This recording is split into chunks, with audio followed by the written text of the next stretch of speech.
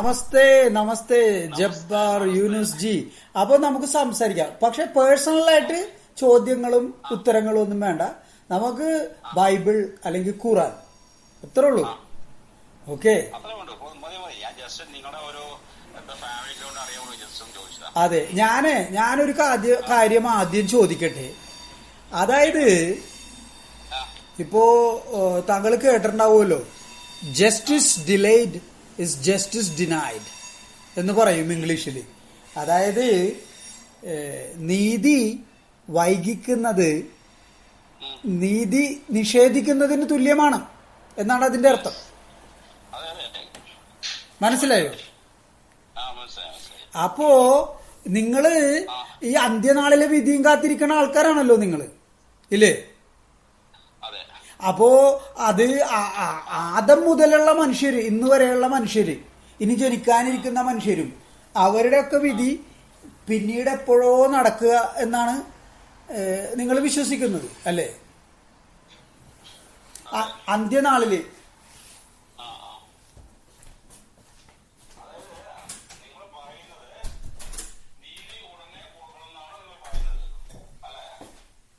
ഞാൻ പറയുന്നത് നീതി ഉടനെ കൊടുക്കണമെന്നല്ല, നീതി വൈകിക്കുന്നത്, തരാതിരിക്കുക. നീതി എന്ന് പറയുന്നത് നിങ്ങളുടെ അവകാശമാണ്, അല്ലേ? നീതി എന്ന് പറയുന്നത് നമ്മുടെ അവകാശമല്ലേ, ഔദാര്യമല്ലല്ലോ. അല്ല, അവകാശമാണ് നമ്മുടെ അവകാശപ്പെട്ട സാധനം ഇങ്ങനെ ആയിരക്കണക്കിന് വർഷം ആയിട്ടും നീതി നൽകാതെ ഇരിക്കുന്നത് തെറ്റല്ലേ? ജസ്റ്റ് ഒരു ഉദാഹരണം പറഞ്ഞു ഞങ്ങൾക്ക്. ജസ്റ്റ് ഒരു ഉദാഹരണം, ഫോർ എക്സാമ്പിൾ പറയണേ ഞാൻ. നമ്മളിപ്പോ ഒരു സാധനം, ഒരു ഭക്ഷണം, ബിരിയാണി ഉണ്ടാക്കുകയാണ്. കേട്ടോളൂ, താങ്കൾ കേട്ടോളൂ. കേൾക്കുന്നുണ്ട്. ജസ്റ്റ് നമ്മളൊരു ബിരിയാണി ഉണ്ടാക്കുകയാണ്. അപ്പോ ആ ബിരിയാണി കഴിക്കാൻ ഒരു 100 പേര് അവിടെ വന്നിട്ടുണ്ട്. ഓക്കെ, ഫോർ എക്സാമ്പിൾ ആണ്, ജസ്റ്റ് ഞാൻ പറയാൻ സോറി. 100 പേര് അവിടെ വന്നിട്ടുണ്ട്. മൊത്തം നമ്മള് ഈ ബിരിയാണി ഉണ്ടാക്കുന്നത് 150 പേർക്കാണ്. അപ്പൊ 50 പേർ കൂടെ വരാനുണ്ട്. അപ്പൊ നമ്മളിപ്പോ ഈ ബിരിയാണി ഇപ്പൊ ചട്ടി ഓപ്പൺ ചെയ്ത് കഴിഞ്ഞാൽ ഈ 100 പേര് കൊടുത്താൽ അവര് 50 പേര് ജസ്റ്റ് ഒരു 5 മിനിറ്റിനുള്ളിൽ വരും. അപ്പൊ നമ്മൾ അവർക്ക് വേണ്ടി വെയിറ്റ് ചെയ്തിട്ട് എല്ലാവർക്കും കൂടെ കൊടുക്കാം എന്നുള്ളൊരു സാമാന്യ മര്യാദ ഉണ്ട് നമുക്ക് നമ്മുടെ ഇടയിൽ. അത് ശരിയാണ് താങ്കൾ പറഞ്ഞത്. പക്ഷേ 5 മിനിറ്റിനുള്ളിൽ വരും എന്നാണ് ഇപ്പൊ താങ്കൾ പറഞ്ഞത്, ഇല്ലേ? അപ്പൊ 5 മിനിറ്റ് കഴിഞ്ഞ് വരുമ്പോ അവർക്കും ബിരിയാണി കൊടുക്കാം. ഇവിടെ അങ്ങനെയല്ലല്ലോ. ഇവിടെ ആദം മുതലുള്ള മനുഷ്യർ കാത്തിരിക്കണേ ബിരിയാണി കഴിക്കാൻ വേണ്ടി. ആയിരക്കണക്കിന് വർഷമായിട്ടും ബിരിയാണി കിട്ടണില്ല.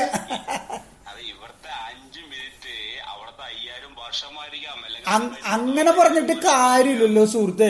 നമുക്ക് 5000 വർഷം എന്ന് പറഞ്ഞാൽ 5000 വർഷമാണ്. അവിടത്തെ 5 മിനിറ്റ് ആയിരിക്കാം, അത് നമുക്ക് വിഷയമല്ല.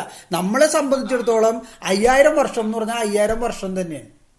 മനസ്സിലായോ? അല്ലല്ല, ഞാൻ പറഞ്ഞത് മനുഷ്യർക്കിടയിലാണ് ഈ എന്താ പറയാ ടൈമിന്റെ ദൈർഘ്യം ബാധിക്കുന്നത് മനുഷ്യന്റെ മനസ്സുള്ളത് കൊണ്ടാണ്. മനുഷ്യന്റെ മനസ്സല്ലേ മനുഷ്യർക്ക് ഉണ്ടാവുള്ളൂ. നമ്മള് മനുഷ്യരല്ലേ. മനുഷ്യന്റെ മനസ്സില് ഈ സമയത്തിനുള്ള ആ ഒരു കാത്തിരിപ്പ് മുഷിവാണ്. അത് മനുഷ്യനിക്കേ ഉള്ളൂ, പക്ഷെ ദൈവങ്ങൾക്കില്ല. മരിച്ചു പോയി കഴിഞ്ഞാൽ അത് ഉണ്ടാവണമെന്നില്ല. അല്ല, ദൈവമല്ലല്ല കാത്തിരിക്കണത്, മനുഷ്യരല്ലേ വിധി ന്യായവും കാത്തിരിക്കണത്. പക്ഷെ മരിച്ചു പോയ അവന് മനസ്സില്ലാതെ ആണെങ്കിലോ, അവൻ 50,000 വർഷം കാത്തിരിക്കുകയാണെങ്കിലോ. മരിച്ചു പോയവന് മനസ്സില്ലെന്നോ? മനസ്സെങ്ങോട്ട് പോയി? ഞാൻ പറഞ്ഞത് മരിച്ചു പോയി കഴിഞ്ഞാൽ അവന് നമ്മളിപ്പോ ജീവിച്ചിരിക്കുമ്പോ തോന്നുന്ന ആ മനസ്സിൽ തോന്നുന്ന ആ രീതി മരിച്ചു കഴിഞ്ഞില്ലെങ്കിലോ. മരിച്ചു കഴിഞ്ഞാൽ 50,000 വർഷം കാത്തിരിക്കണവന് ഒരു പ്രശ്നമില്ലെന്നാ പറഞ്ഞതല്ലേ? ഇങ്ങനെയുള്ള മുടൻ തന്നെ ഞാൻ പറഞ്ഞിട്ട് കാര്യമില്ല. എനിവേ, അത് വിട്ടുകളയൂ. ഇത് മുടന്ന നായല്ല, ഇത് യുക്തി ചോദ്യമാണ്. നിങ്ങൾ ചോദിക്കുന്ന ചോദ്യത്തിനുള്ള യുക്തിപരമായി ഞാൻ ചോദിച്ച ചോദ്യത്തിന് താങ്കൾ പറഞ്ഞത് ബിരിയാണിയുടെ കഥയാണ് പറഞ്ഞത്. എന്നിട്ട് 5 മിനിറ്റ് കഴിയുമ്പോ 50 പേര് വരും, അവർക്കും ബിരിയാണി വിളമ്പൂന്നാ പറഞ്ഞത്. അപ്പൊ ഞാൻ നോക്കുമ്പോ ആദം മുതലുള്ള മനുഷ്യര്, അപ്പൊ ഒരു 7000 വർഷമായിട്ട് മനുഷ്യര് കാത്തിരിക്കണേണ്. ഇവിടെ 5 മിനിറ്റും 7000 വർഷവും തമ്മിൽ എന്ത് താരതമ്യമുള്ളത്? നിങ്ങൾക്ക് പറഞ്ഞ മനസ്സിലാവില്ല. അതായത് ഞാൻ പറയുന്നത് നിങ്ങൾക്ക് മനസ്സിലാവുന്നില്ല. ഞാൻ പറയുന്നത് ആദം മുതൽ ഇതുവരെയുള്ള ആൾക്കാരെ കാത്തിരിക്കുന്നത് നമ്മുടെ മനുഷ്യന്മാരുടെ ഇടയിലാണ് സമയത്തിന്റെ ദൈർഘ്യം എന്നൊരു മുഷിവ് ഉണ്ടാവുന്നത്. അവർക്ക് സമയം മരിച്ചു കഴിഞ്ഞാൽ അതേ ദൈർഘ്യവും ആ മുഷിവും ഇല്ലെങ്കിലോ? അങ്ങനല്ലല്ലോ സുഹൃത്തെ. ഇത് വിധി ഈ പറയുമെന്ന് പറയുന്നുണ്ട്. പക്ഷെ വിധി പറയുന്നുമില്ല. ആയിരക്കണക്കിന് വർഷമായിട്ട് മനുഷ്യർ കാത്തിരിക്കാൻ. അതാണ് ഞാൻ ആദ്യം തന്നെ പറഞ്ഞത്, justice delayed is justice denied. അതായത് നീതി മനുഷ്യന്മാരുടെ കാര്യമല്ലേ പറഞ്ഞ. ഞാനും താങ്കളും മനുഷ്യരല്ലേ, അല്ലാണ്ട് അള്ളാഹു അല്ലല്ലോ. താങ്കൾ മനുഷ്യനല്ലേ. ഞാൻ പറയട്ടെ, നീതി തരുന്ന അള്ളാഹുവല്ലേ, ദൈവമല്ലേ. നീതി എന്തുകൊണ്ട് തരുന്നില്ല? നീതി വൈകിക്കുന്നത് നീതി നിഷേധമാണെന്ന് മനുഷ്യർക്കറിയാം. അത് അള്ളാഹുവിനെ അറിയാൻ പാടില്ലേ. നീതി വൈകിക്കുന്നത് നീതി നിഷേധമാണെന്ന് മനുഷ്യർക്കറിയാം. മനുഷ്യരുടെ ബുദ്ധി അള്ളാഹുവിനില്ലേ? ഇല്ലേ? നിങ്ങൾ പറഞ്ഞു മനസ്സിലായില്ല. നിങ്ങൾ അള്ളാഹു എന്ന് പറഞ്ഞാൽ വേറെ, മനുഷ്യര് വേറെ. ദൈവം എന്നത് വേറെ, മനുഷ്യര് വേറെ. പക്ഷെ യുക്തിയൊക്കെ ഒന്നാണല്ലോ. ഒന്നും രണ്ടെന്നല്ലേ അള്ളാഹു പറയുള്ളൂ, അല്ലാണ്ട് 16 പറയില്ലല്ലോ. യുക്തി ഒന്നാണ്. മനുഷ്യരായാലും ദൈവമായാലും യുക്തി ഒന്നല്ലേ? അത് യുക്തി എന്നുള്ള വാക്ക് മനുഷ്യർക്കിടയിൽ ദൈവത്തിനില്ലല്ലോ. ദൈവം പറഞ്ഞിട്ട് ദൈവത്തിന് യുക്തിയില്ലെന്നാണോ താങ്കൾ പറഞ്ഞത്? ദൈവത്തിന് യുക്തിയില്ലെന്നാണ് ഇപ്പൊ താങ്കൾ പറഞ്ഞത്. ദൈവത്തിന് യുക്തിന്റെ ആവശ്യമില്ലല്ലോ. അയ്യോ, നിങ്ങൾ പറയുന്ന ദൈവത്തിന് യുക്തിയുടെ ആവശ്യമില്ല. അപ്പൊ ദൈവം എന്നാ വിഡ്ഢിയാണോ ദൈവം? യുക്തി ഇല്ലാത്തത് കൊച്ചു കുട്ടികൾക്കാണ്, കൊച്ചു പിള്ളേർക്കാണ് ബുദ്ധി ഇല്ലാത്തത്. അപ്പൊ ദൈവം അങ്ങനെയാണോ? കൊച്ചു പിള്ളേരെ പോലെയാണോ? അല്ല മാഷേ, നിങ്ങൾ ദൈവത്തെ വിശ്വസിക്കുന്നുണ്ടോ? ഞാൻ എന്തിനാണ് വിശ്വസിക്കണത്? വിശ്വസിക്കുന്നില്ല. ഞാൻ എന്തിനാ വിശ്വസിക്കണത്? വിശ്വാസമല്ലല്ലോ, അറിവാണ് വലുത്. വിശ്വാസമല്ല വലുത്, അറിവാണ് വലുത്. നിങ്ങൾ വിശ്വസിക്കുന്നുണ്ടോ ഇല്ലയോ എന്നാണ് ചോദ്യം. അപ്പൊ നിങ്ങൾ അത് വിശ്വസിക്കില്ലെങ്കിൽ ഇല്ല, ഞാൻ വിശ്വസിക്കുന്നില്ല. അങ്ങനെയല്ല, ദൈവത്തെ അറിയാനാണ് ശ്രമിക്കേണ്ടത്, വിശ്വസിക്കാനല്ല. അതെ, ദൈവത്തിന് അറിയണമെങ്കിൽ ആദ്യം ഉണ്ടോന്ന് ഉറപ്പുവരുത്തിയല്ലേ പിന്നെ അറിയാൻ ശ്രമിക്കാൻ പറ്റുള്ളൂ. നമ്മൾ ഉണ്ടെന്ന് വിചാരിച്ചേ നമുക്ക് അറിയാൻ വേണ്ടി ശ്രമിക്കാം. സൃഷ്ടിയുണ്ടല്ലോ. അപ്പൊ സൃഷ്ടാവുണ്ട്. അതാണ് യുക്തി എന്ന് പറയുന്നത്. സൃഷ്ടി ഉണ്ടെങ്കിൽ സൃഷ്ടാവുണ്ട്. അതാണ് ഞാൻ ചോദിച്ചത്. യുക്തി ഇല്ലായ്മ ഇതെല്ലാം മനുഷ്യന്മാര് ഉണ്ടാക്കുന്ന വാക്കുകളല്ലേ ഞാൻ പറഞ്ഞത്. അങ്ങനെയല്ല സുഹൃത്തെ. യുക്തി എന്ന് പറഞ്ഞത് ഇപ്പൊ താങ്കൾ ഭാരതത്തിലോ അല്ലെങ്കിൽ ഗൾഫ് നാടിലോ ഇരിക്കുന്നു, ഞാൻ സ്വിറ്റ്സർലൻഡിൽ ഇരുന്ന് ഇവിടെ നിന്ന് സംസാരിക്കുന്നു. പക്ഷേ തൊട്ടടുത്തിരിക്കുന്നത് പോലെ താങ്കൾ കേൾക്കുന്നു, താങ്കൾ പറയുന്നത് ഞാനും കേൾക്കുന്നു.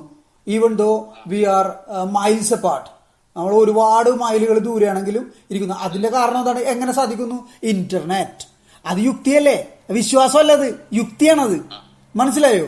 വിശ്വാസത്തിന്റെ ഇതിലല്ല ഇന്റർനെറ്റ് വർക്ക് ചെയ്യുന്നത്, മനുഷ്യരുടെ യുക്തിബലത്തിലാണ്. ഈ ഇന്റർനെറ്റ് ഉണ്ടാക്കാൻ മനുഷ്യന്റെ തലച്ചോറില് കൊടുത്ത ആ യുക്തി ആരാണ്? അയ്യോ, എന്തൊരു കഷ്ടമാണ്. ഇനിയിപ്പം താങ്കൾ എന്താ പറയാൻ ഉദ്ദേശിക്കണത്? അള്ളാഹു ആണ് ഇന്റർനെറ്റ് കണ്ടുപിടിച്ചതെന്നാണോ താങ്കൾ പറയാൻ ഉദ്ദേശിക്കണത്? ആണോ? അതല്ല ഞാൻ പറയുന്നത്. നിങ്ങൾ ദൈവം പറ. അള്ളാഹു എന്ന വാക്കിന്റെ അർത്ഥം ദൈവം എന്നാണ്, അല്ലാണ്ട് നിങ്ങൾക്ക് ദൈവം എന്ന് പറയുന്നതിന് താങ്കൾ പറയുന്നു അള്ളാഹു എന്ന് പറഞ്ഞ വാക്കിന്റെ അർത്ഥം ദൈവം എന്നാണെന്ന്. ദൈവം എന്ന് പറഞ്ഞ വാക്കിന്റെ അർത്ഥം താങ്കൾക്ക് അറിയാമോ? ദൈവം എന്ന നന്മ നിറഞ്ഞവനാണ് ദൈവം. മനസ്സിലായോ? നന്മ നിറഞ്ഞവൻ. അല്ലാണ്ട് മനുഷ്യരോട് പോയിട്ട് നിങ്ങൾ യഹൂദരായിട്ട് കൂട്ടുകൂടരുത്, ക്രിസ്ത്യാനികളായിട്ട് കൂട്ടുകൂടരുത്, തമ്മിൽ ശത്രുത ഉണ്ടാക്കണവനല്ല ദൈവം. അത് നിങ്ങൾ ആദ്യം മനസ്സിലാക്കൂ. നിങ്ങൾ ദൈവം ഖുറാനിൽ പറഞ്ഞിട്ടുണ്ടല്ലോ, ഞാൻ വായിച്ചിട്ടുള്ളതല്ലേ. എന്തൊരു കഷ്ടമാണ് ഈശ്വര. അതും പറഞ്ഞിട്ടുണ്ട്, രണ്ടും ഇപ്പൊ ബൈബിളിന്റെ കാര്യം പറഞ്ഞ പോലെ തന്നെയാണ് ഖുറാനും. ബൈബിളില് ശത്രുക്കളെ സ്നേഹിക്കാന്നും പറഞ്ഞിട്ടുണ്ട്. എന്നാൽ എന്റെ ഭരണം ഇഷ്ടപ്പെടാത്ത എന്റെ ശത്രുക്കളെ ഇവിടെ കൊണ്ടുവന്ന് ഞാൻ കാണിക്കുക കൊന്നുകളയാന്നും പറഞ്ഞിട്ടുണ്ട്. രണ്ടും പറഞ്ഞിട്ടുണ്ട്. അപ്പോ ഈ മോശമായിട്ടുള്ള കമന്റ് നമ്മൾ ചൂണ്ടിക്കാണിക്കുമ്പോ നിങ്ങൾ പറയും ലക്കും വലിയക്കും വലിയ ദീൻ, അതാണ് പറഞ്ഞേക്കണെന്ന് പറയും. എന്താണ് ഭൈ? രണ്ടും പറഞ്ഞിട്ടുണ്ട്.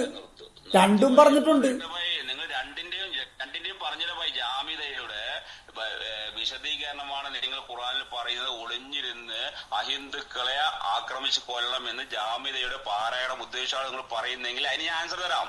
അതാണോ നിങ്ങൾ പറയുന്നത് വാക്ക്? അങ്ങനെയല്ല, അഹിന്ദുക്കളെ കൊല്ലണമെന്നല്ല പറഞ്ഞിട്ടുള്ളത്. വിഗ്രഹാരാധകരെ, ബഹുദൈവ ആരാധകരെ കൊല്ലണമെന്ന് പറഞ്ഞിട്ടുണ്ട് ബൈബിളിൽ, ബൈബിളിലും പറഞ്ഞിട്ടുണ്ട്. ബഹുദൈവ ആരാധകർ ആരാണ്? ഹിന്ദുക്കളും വേറെ ആൾക്കാരും ഉണ്ടല്ലോ, ഒരുപാട് ആൾക്കാർ. ഗ്രീക്കുകാരൊക്കെ ഉണ്ടായിരുന്നല്ലോ, ബഹുദൈവ ആരാധകരായിരുന്നു ഗ്രീക്കുകാർ. അതൊക്കെ നശിപ്പിച്ചില്ലേ?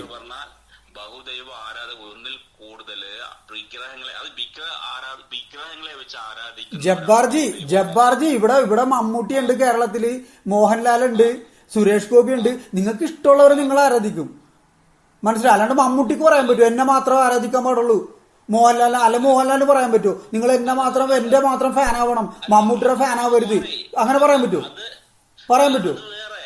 അത് വേറെ, അത് നമ്മൾ ഇഷ്ടം കൊണ്ട് തോന്നിയിട്ട് ആരാധിക്കുന്നില്ല, അവിടെ അവനോട് ഇഷ്ടവും കാണിക്കുന്നുള്ളൂ. ആരാധകരെന്നല്ലേ പറയണത്? ഫാൻസ് എന്ന് പറഞ്ഞാൽ ആരാധകരാണ്. രജനീകാന്തിന്റെ ഫോട്ടോയില് പാലൊഴിക്കണ്, രജനീകാന്തിന്റെ ബർത്ത്ഡേക്ക് ആൾക്കാര് ആളെ വീട്ടിൽ പോയി വിഷയാണ്. എന്തൊരു ആരാധന! മമ്മൂട്ടിനെ ആരാധിക്കണില്ലേ?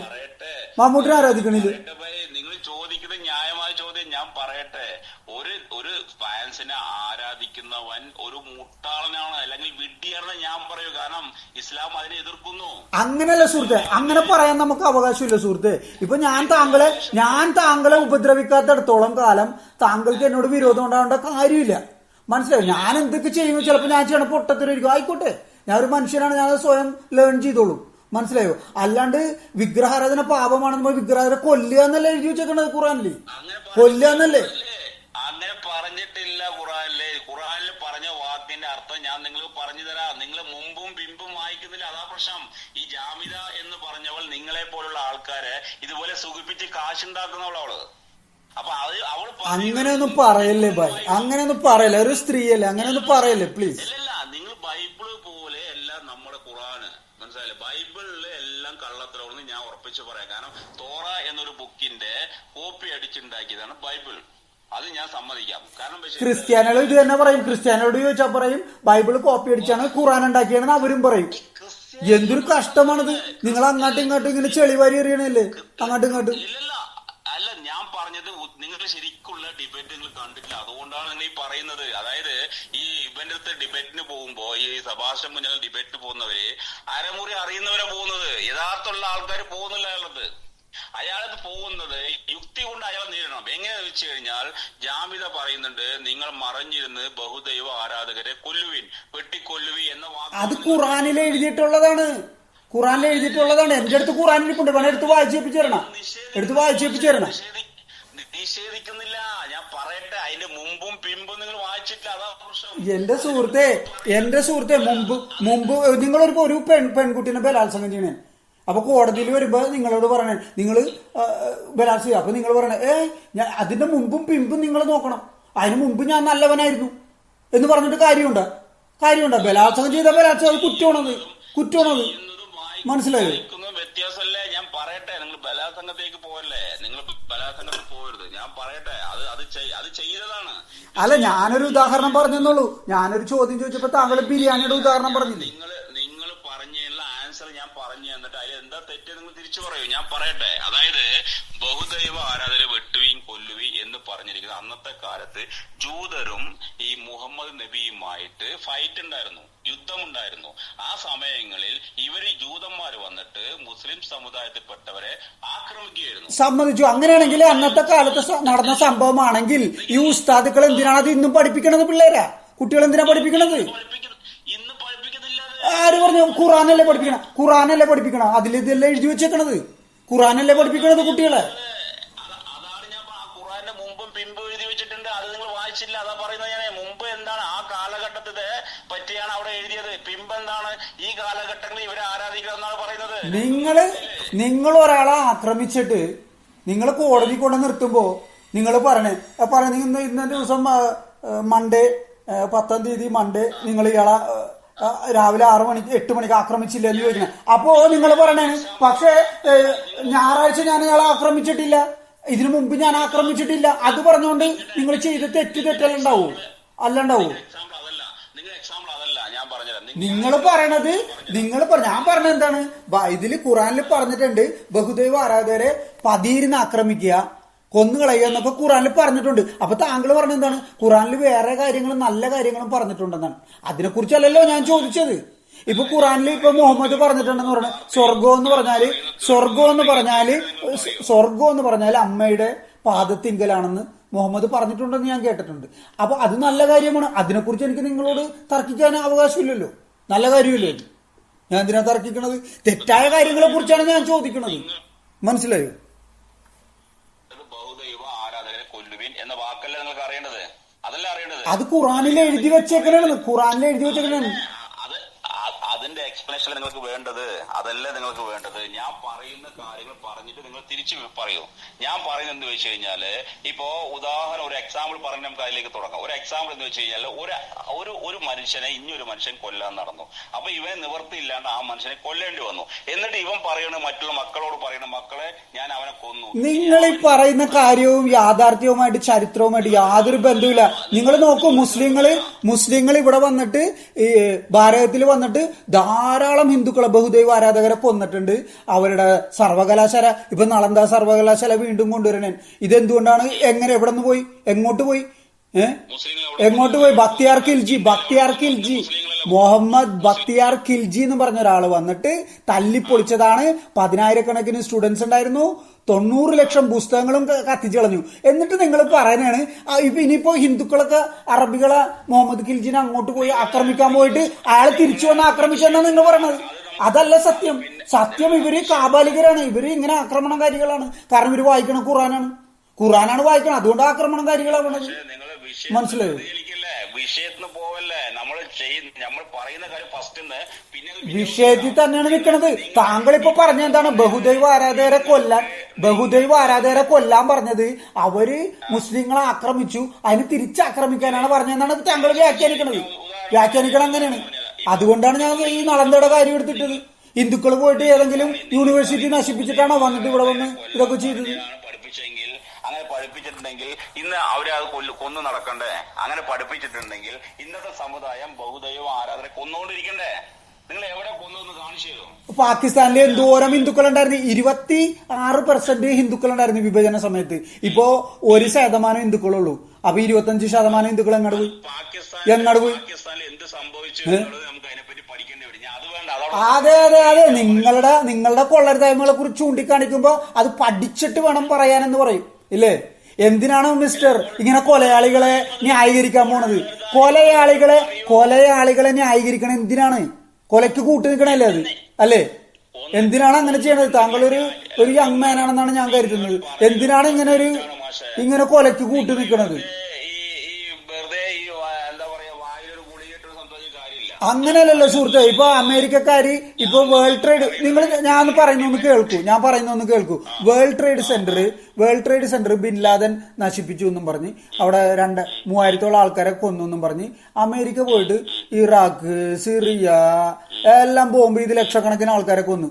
അതിനെ ഞാൻ സപ്പോർട്ട് ചെയ്യുന്നുണ്ടോ? ഞാൻ സപ്പോർട്ട് ചെയ്യുന്നില്ല. ഞാൻ അതിനെതിർത്താണ് സംസാരിക്കുന്നത്.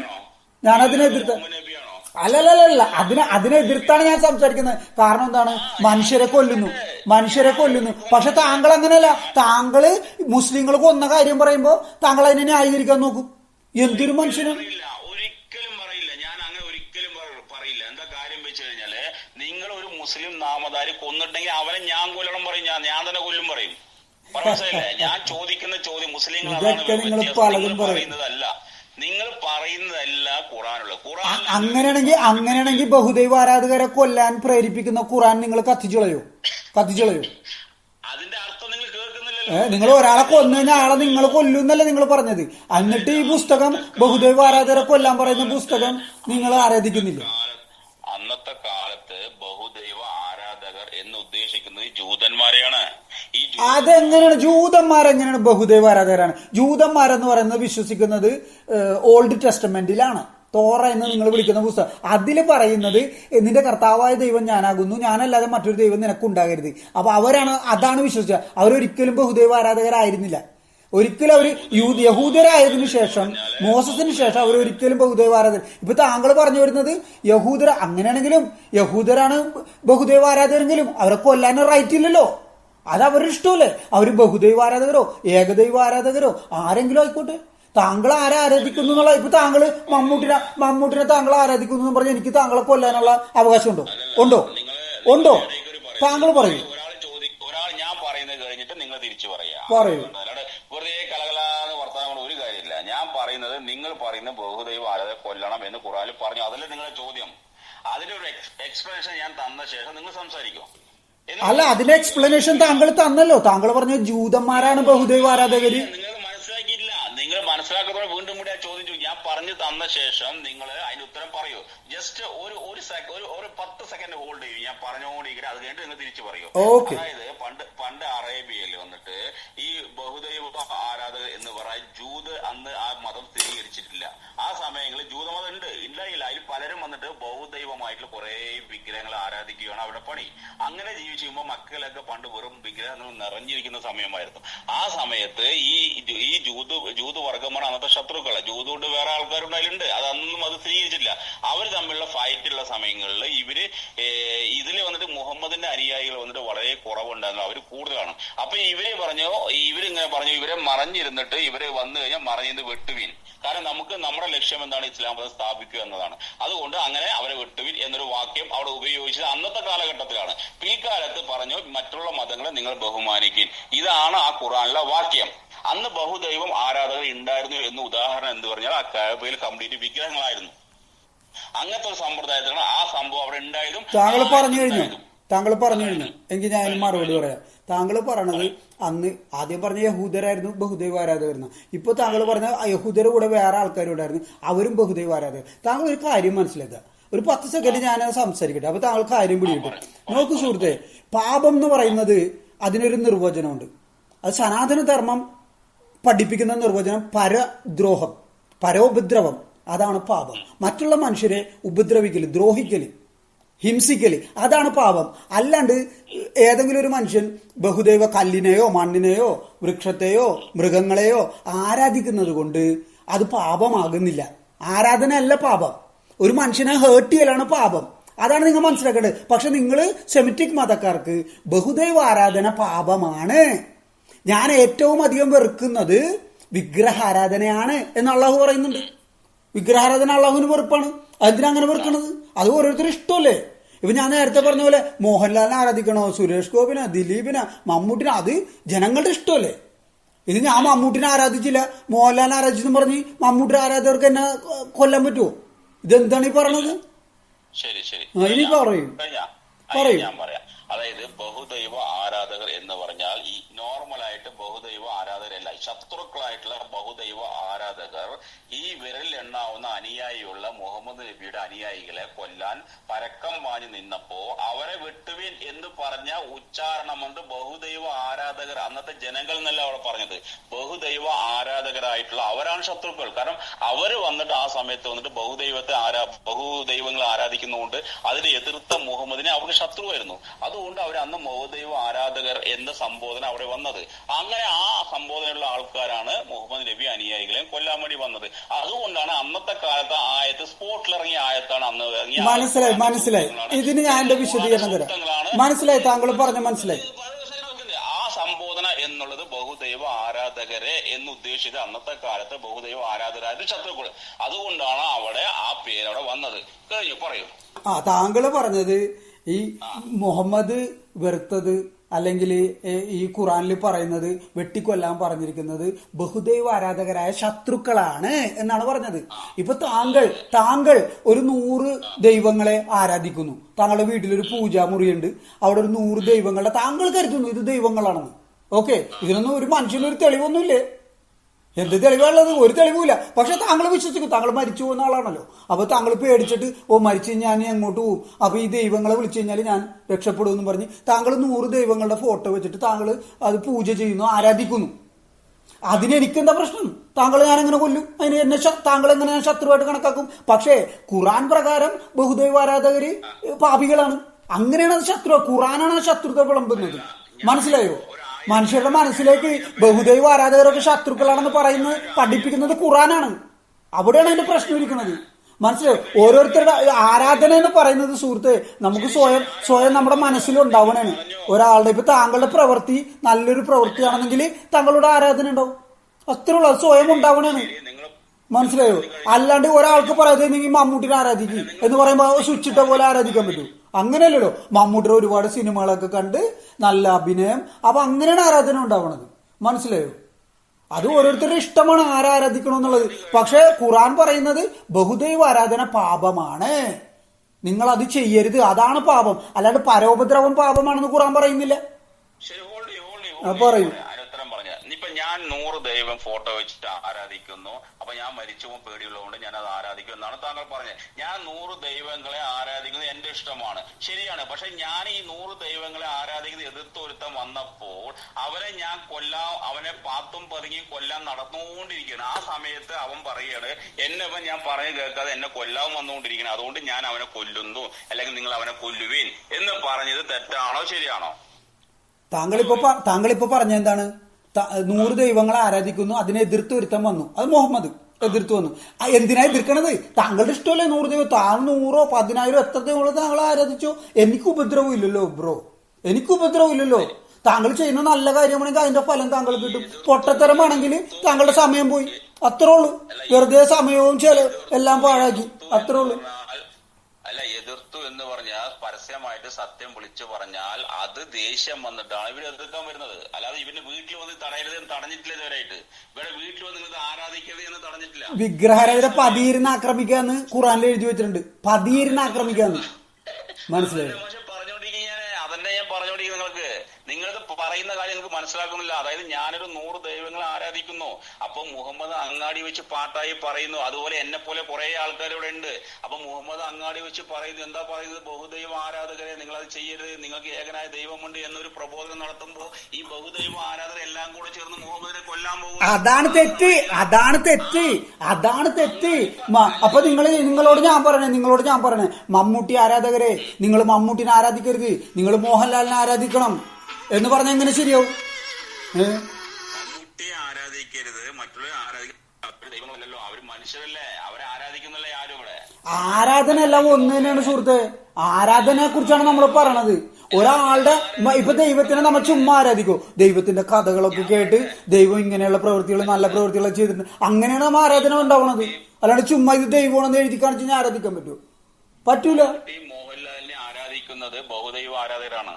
ഈ മുസ്ലിങ്ങളെ ആരാധിക്കുന്നുണ്ടെങ്കിൽ അവരും ബഹുദൈവ ആരാധക കൂട്ടത്തിൽപ്പെടും, മനസ്സിലായില്ലേ? അപ്പൊ താങ്കൾ എന്താ പറഞ്ഞ? മുസ്ലിങ്ങൾ മമ്മൂട്ടിനെ ആരാധിക്കുന്നില്ലെന്നാണോ താങ്കൾ പറഞ്ഞു വരുന്നത്? ആണോ? ആണോ? എന്റെ സുഹൃത്തെ, ആരാധിക്കുന്നുണ്ടെങ്കിൽ അല്ലേ? എന്താണ് ഭായി ഇങ്ങനെയൊക്കെ പറയണത്? മമ്മൂട്ടിനെ കൈവെള്ളയിൽ വെച്ചുകൊണ്ട് നടക്കുന്ന ആൾക്കാരല്ലേ മുസ്ലിങ്ങള്? ഇത് ആർക്കറിയാൻ പാടാത്ത? നിങ്ങൾക്ക് തമ്മിൽ വ്യത്യാസം അറിയില്ല മാഷെ. നിങ്ങൾക്ക് ആരാധന വേറെ, സ്നേഹം വേറെ. ഒരാളെ സ്നേഹം കാണിക്കുന്നു, കെട്ടിപ്പിടിക്കുന്നു, അല്ലെങ്കിൽ അവനെ പറ്റി രണ്ടു ഭാഗം പറയുന്നു, അത് ആരാധനയാണോ താങ്കളുടെ ഇതില്? ആണോ? അങ്ങനെയല്ല. ഒരാളുടെ ഫോട്ടോ വെച്ചിട്ട് അതിന്റെ അകത്ത് പാലൊഴിക്കല് അങ്ങനെയുള്ള ആരാധന എന്ന് വെച്ചാൽ നമുക്ക് അറിയാലോ എന്താണ് ആരാധന. പാലൊഴിക്കുന്ന ഒരു വീഡിയോ ഏതെങ്കിലും ഒരു മുസ്ലിം നിങ്ങൾ അങ്ങനെ കാണിച്ചു തന്നെങ്കിൽ നിങ്ങൾക്ക് ഞാൻ പറയുന്നതാണ് ഞാൻ ചെയ്തുതരാം. ഞാനൊരു മമ്മൂട്ടി ആരാധകനാണെന്ന് മുസ്ലിങ്ങൾ പറയുന്നത് കാണിച്ചു തരട്ടെ. ഞാനൊരു മമ്മൂട്ടി ആരാധകനാണെന്ന് പറയുന്ന എത്രയോ മുസ്ലിങ്ങളുണ്ട് മമ്മൂട്ടി ആരാധകനാണെന്ന്. അത് ആരാധനയല്ല, അവര് പറയുന്ന ആരാധനയാണെന്ന്. താങ്കൾ പറയുന്ന ആരാധനയല്ലെന്ന്. ഇത് ഞാൻ ആര് പറയുന്നത് സ്വീകരിക്കണം? സ്നേഹം പ്രകടിപ്പിക്കല്ലേ? അവര് അഭിനയിക്കുന്ന ഒരു നടന്റെ എന്താ പറയാ ഇംപ്രസിംഗ് കണ്ടിട്ട് അവരെ സ്നേഹിച്ചു പോകുന്നതാണ്, അവരെ കണ്ട ഇഷ്ടപ്പെടുന്നതാണ്. ആരാധന സ്നേഹം കൊണ്ടുണ്ടാവണമെന്നാണ്. സ്നേഹത്തിന്റെ പാരമ്യതയാണ് അത് ആരാധനയായിട്ട് മാറുന്നത്. സ്നേഹം മൂത്താണ് ആരാധന ആവണത്, മനസ്സിലായോ? സ്നേഹമല്ലേ കാണുന്നുള്ളൂ, ആരാധന ഇപ്പൊ ഞാൻ ഉദാഹരണം കാർത്തിക് ഒരു വലിയ സ്റ്റാർ ആണ്, ഞാൻ കാർത്തികിനെ ഇഷ്ടപ്പെടുന്നു, ഞാൻ കാർത്തികിനായി പറ്റിയിട്ട് നല്ല വാക്കുകൾ എല്ലാവർക്കും പറയുന്നു, കാർത്തികിന്റെ ഫോട്ടോ വെച്ചിട്ട് ഞാൻ ഇങ്ങനെ പറയുന്നു, ഓ കാർത്തിക് ഇതൊരു സിനിമാ നടനാണ് എന്ന് വെച്ച് നമ്മൾ പറയുന്നു. അതേസമയം ഞാൻ അതിൽ കുമ്പിട്ടിട്ട് അതിനോട് എന്തെങ്കിലും ചോദിക്കുക, അല്ലെങ്കിൽ അതിനോട് പാലൊഴിക്കുക, അതിനെ അഭിഷേകം ഇതൊക്കെ ചെയ്താലേ നമുക്ക് ആരാധന ആവുന്നുള്ളൂ. ആരാധന ഒരാള് പറഞ്ഞ ഞാൻ മമ്മൂട്ടിനെ ആരാധിക്കുന്ന ഒരു മുസ്ലിം പറഞ്ഞാല് അത് താങ്കൾ അത് വാദിക്കോ? ഇയാൾ ആരാധിക്കുന്നില്ല, അങ്ങനെ എങ്ങനെ വാദിക്കാൻ പറ്റും? അയാളുടെ തീരുമാനമല്ലേ സുഹൃത്തെ, അയാളുടെ തീരുമാനമല്ലേ. പറയുന്നത് വെറും പോഴത്തരം. കാർത്തിക് പറയുന്നതെല്ലാം പൊട്ടത്തരം. ഞാൻ ചോദിക്കുന്നതിനെല്ലാം നിങ്ങൾ ആൻസർ പറയുന്നത്. താങ്കൾക്ക് ആരാധന എന്താണെന്ന് പോലും അറിയാൻ പാടില്ല. അതാണ് അതിന്റെ ദുരവസ്ഥ. എന്താ പറയാ? ആരാധന എന്ന് പറഞ്ഞാൽ എന്താണെന്ന് അറിയാം. ആരാധന മനസ്സിലുണ്ടാകുന്ന ഒരു വികാരമാണ് ആരാധന. സ്നേഹം, ഒരുപാട് സ്നേഹമുള്ള ആൾക്കാരെ നമ്മൾ ആരാധിക്കണത്, മനസ്സിലായോ? അതിലൊന്നും ഒരു തെറ്റില്ല. ഒരു കാര്യം നിങ്ങൾ മനസ്സിലാക്കൂ. നിങ്ങളുടെ ഇതില് ഖുറാൻ പ്രകാരം ഒരേ ഒരു ദൈവം മാത്രമേ ഉള്ളൂ, അള്ളാഹു. വേറെ ആരെയും നിങ്ങൾ ആരാധിക്കാൻ പാടില്ല. അള്ളാഹുനെ അതാണ് നിങ്ങൾ 5 നേരം വിളിച്ചു പറയണത്. അള്ളാഹു അല്ലാണ്ട് വേറെ ആരും ആരാധന യോഗ്യനില്ല. അത് നിങ്ങൾ വിശ്വസിച്ചു അങ്ങനെ. പക്ഷെ 5 നേരം വിളിച്ചു പറയുന്നത് തെറ്റാണ്. പിന്നെ അത് അങ്ങനെ മറ്റുള്ളവരെ ആരാധിച്ചു കഴിഞ്ഞാല് ഖുറാനിൽ എഴുതി വെച്ചേക്കണം, ബഹുദൈവ ആരാധകരെ പതിയിരുന്ന് ആക്രമിക്കുക, കൊല്ലുക എന്നൊക്കെ പറയുന്നതും തെറ്റ് തന്നെയാണ്. തെറ്റ് തന്നെയാണത്. ഞാൻ തന്നു കഴിഞ്ഞു നിങ്ങളത് മനസ്സിലാക്കുന്നില്ല. ഞാൻ ചോദിക്കും, നിങ്ങൾ പറയുന്നത് ബഹുദൈവ ആരാധന കൊല്ലുന്നത് ആ സമയ കാലഘട്ടത്തിൽ അനിവാര്യമായിരുന്നോ? അത് കൊള്ളാം. അപ്പൊ ഇപ്പൊ ബലാത്സംഗ കേസിൽ പ്രതിയായിട്ട് താങ്കൾ കോടതിയിൽ നിന്ന് കഴിഞ്ഞാൽ താങ്കൾ പറയും ആ സമയത്ത് അവളെ ബലാത്സംഗം ചെയ്യേണ്ടത് അനിവാര്യമായിരുന്നു എന്ന് പറയും. എന്തൊരു വർത്തനാണ് പോയി. എനിവേ, നമുക്ക് കുറച്ച് കഴിഞ്ഞ് സംസാരിക്കാം. എനിക്കൊരു കോള് വന്നിട്ടുണ്ട് ജോലി സംബന്ധമായിട്ട്. ഞാൻ തിരിച്ചു വിളിക്കാം. ആര് അത് കേൾക്കുന്നവർ തീരുമാനിക്കട്ടെ ആര് തോറ്റുപോയെന്ന്. ഓക്കെ, നമുക്ക് നോക്കാം. എനിവേ, എനിക്ക് ജോലിയുണ്ട്. ഞാൻ തിരിച്ചു വിളിക്കാം സുഹൃത്തെ. തിരിച്ചു വിളിക്കാം. ഞാൻ തിരിച്ചു വിളിക്കാം. ജോലിയുണ്ടല്ലോ, അതുകൊണ്ടാണ്.